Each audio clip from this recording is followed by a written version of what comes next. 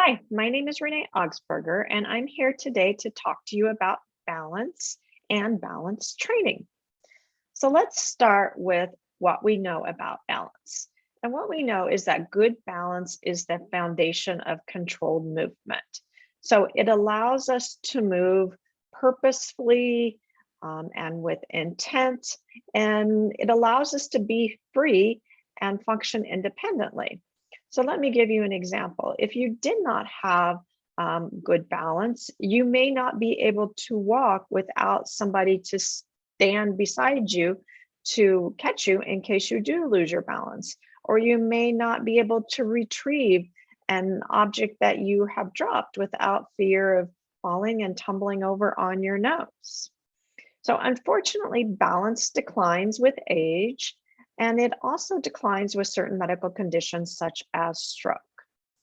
And impaired balance is a major risk factor for falls among older adults, but also among those with certain medical conditions, including stroke.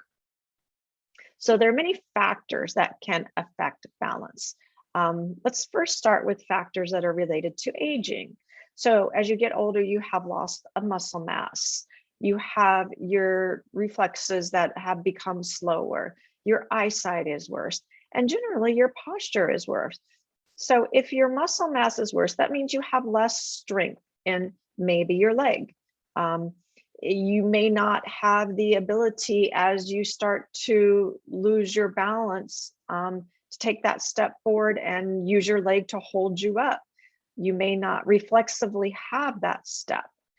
As your eyesight worsens as you get older, you may just not see as clearly what's in front of you. You may not see that uneven bump in the sidewalk, or you may not see the step off the sidewalk onto the curb. And then, of course, posture. Posture, as you get older, you start to round in your spine, and that changes your center of balance, which affects your posture. There's many, many medical conditions that can affect posture, probably more than we have the time for on this. So we're just going to speak briefly about stroke. And stroke really changes your balance just for a lot of reasons. And one of those being the change in the muscle strength, or maybe change in vision, or it may be change in sensation. You're not getting the messages to the brain like you did before. So after you have a stroke, if you have such weakness in one side, even just static standing, which means moving without movement, may be a balance challenge because the weakened side doesn't have the ability to support you in an upright position as it did before the stroke. I just want to mention low blood pressure too here. That's why it's important to always check your blood pressure. Generally, low blood pressure will affect balance more than high blood pressure because low blood pressure, you a lot of times have dizziness associated with it. Of course, there are many lifestyle changes that are going to affect posture, alcohol being one of those. Think about if you put alcohol on top of a medical condition, on top of aging, then I don't even know what you call that. But it is by combining all those factors, it certainly increases your risk for a fall.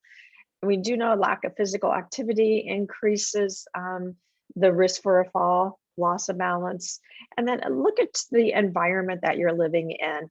If there's clutter in the environment, if you don't have good lighting in your home, those things definitely can lead to an increased risk of a fall from loss of balance. So what research has told us, though, that if you are fearful of falling, even if you haven't fallen before, it constrains your physical activity and you are at more of an increased risk of a fall. So it's kind of an endless loop. You're fearful of falling, so you start to engage in less physical activity, and then you physically decline, you become weaker, you become more sedentary. This decreases your balance. This causes some changes um, in some of your health conditions. So it's this endless loop that starts with basically just a fear of falling. We also know that balance declines when you are distracted. So there's a lot of distractions, especially from our phone. I would say staying always needing to be connected. But there was a study that showed even in healthy people, people that were under cognitive stress and who engaged in really attention demanding tasks were more likely to lose their balance and increase a risk for a fall. Think of being under cognitive stress as being a worrier or worrying about upcoming events, or if you have enough time in the day. That really, it takes away from your intention of the environment is really what it does, as well as attention demanding tasks, such as, walking on your phone, trying to organize your day at the same time you're trying to, get your exercise in the morning. You may not see distractions in the environment that come your way. So being distracted in your environment definitely increases a loss of balance. So what can you do to improve your balance? Well, you can participate in a balance training program or an exercise program that incorporates balance activities at least 3 times a week, 40 to 50 minutes at a time for at least 3 months. Okay, so what should your balance program include? Well, it should include challenging activities and activities that challenge your balance at levels of progression. So the activities should target and strengthen your core muscles. So most chair level activities aren't going to be as challenging as standing level activities. So you want to strengthen those muscles, that the big muscles of the leg that help you come sit to stand, as this girl over here is doing, or the big muscles that help you hold you in a nice upright position. So you really want to strengthen the core muscles, but you really want to do them in a variety of ways and at always a level that's challenging you a little bit. You want to include a program that looks at improving posture. If you haven't listened to our posture series, go back and check that one out. So posture changes, core posture, let me say, changes really your center of gravity. And when your center of gravity changes and isn't part of between your base of support anymore, it will increase your loss of balance and risk of a fall. Your balance program should also include activities and exercises that incorporate static and dynamic movements that challenge stability. So you always want to challenge stability. So if it's a static movement, static meaning not moving at all. If you look at this picture on the left, this is a guy who's just standing, but he's standing on a foam cushion. So foam makes you wobble a little bit, right? So even though it's a static movement, he's challenging his balance through that. If you look at the guy on the left, he's challenging his balance in a dynamic way. That means he's moving. He's doing the grapevine. He's crossing one leg in front of the other and then one leg behind the other. So you want to incorporate both static and dynamic, and both challenge your stability. You can incorporate some exercises in your program that also challenge the vestibular ocular system. Now, this can make some people feel very uncomfortable, meaning that it really can challenge your balance and make you feel unstable. And also sometimes it just may make you feel a little upset if you have a really upset in the stomach, and kind of seasick if you want. And so it's always really good to do these exercises first with a trained either physical or occupational therapist before trying them on your own. But some of the ways that you can do that is just changing your head position By changing your base of support, that's what I mean, how close your feet are, a position that your feet in, or your feet are in, such as tandem maybe versus side by side, and adding head movement to that would be a way to challenge that system. You can add a head nod side to side or up to down, and that would be a vestibular ocular challenge. You can also close your eyes with some activity, but again, that can really change your balance. So unless you're standing in a corner, it's always best to try these with a person that is trained in balance. So lastly, we'll kind of talk here about activity progression, and that really means just making sure that you keep yourself challenged. Our bodies adapt so quickly, and when we adapt to something, we don't change. So it's important to always keep things fresh, new, and challenging, especially if you're wanting to change and improve your balance. By doing the same thing the same way every day, you're pretty much going to stay the same.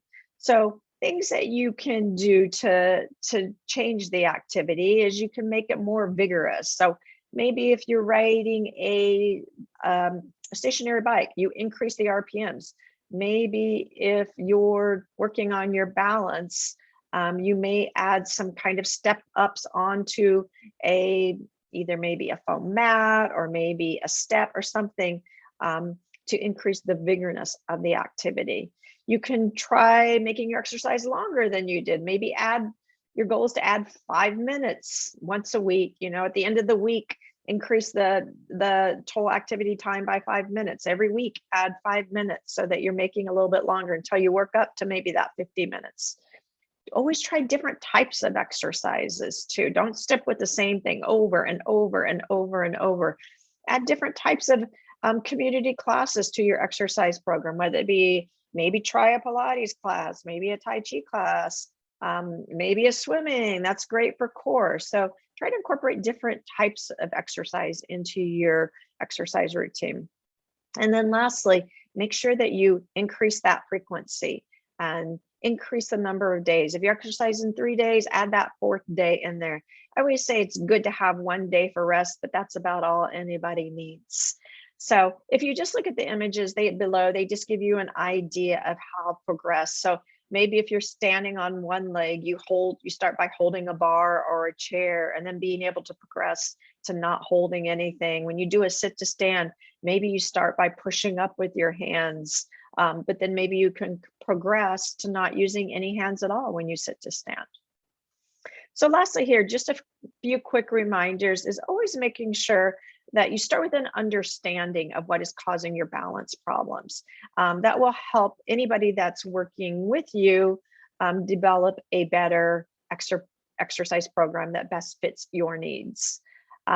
Make sure you reduce your risk of falls by getting your vision checked, keeping proper lighting in your house, well at home, and living in a clutter-free, safe area. It's always good to keep those muscles strong and that help you keep a nice upright posture. So working on that core strength will automatically improve your posture. Don't forget to look at the shoes that you're wearing. Wear shoes that offer stability. Not a good idea to exercise in flip-flops or sandals or old worn out shoes that you've had for the last 15 years because you love them. And then lastly, always work with a professional that can help develop a program for you. And of course, that one of those professionals would be us here at TR Care. We could help develop a nice customized balance program for you to do in the comfort of your home daily. Thank you for your time.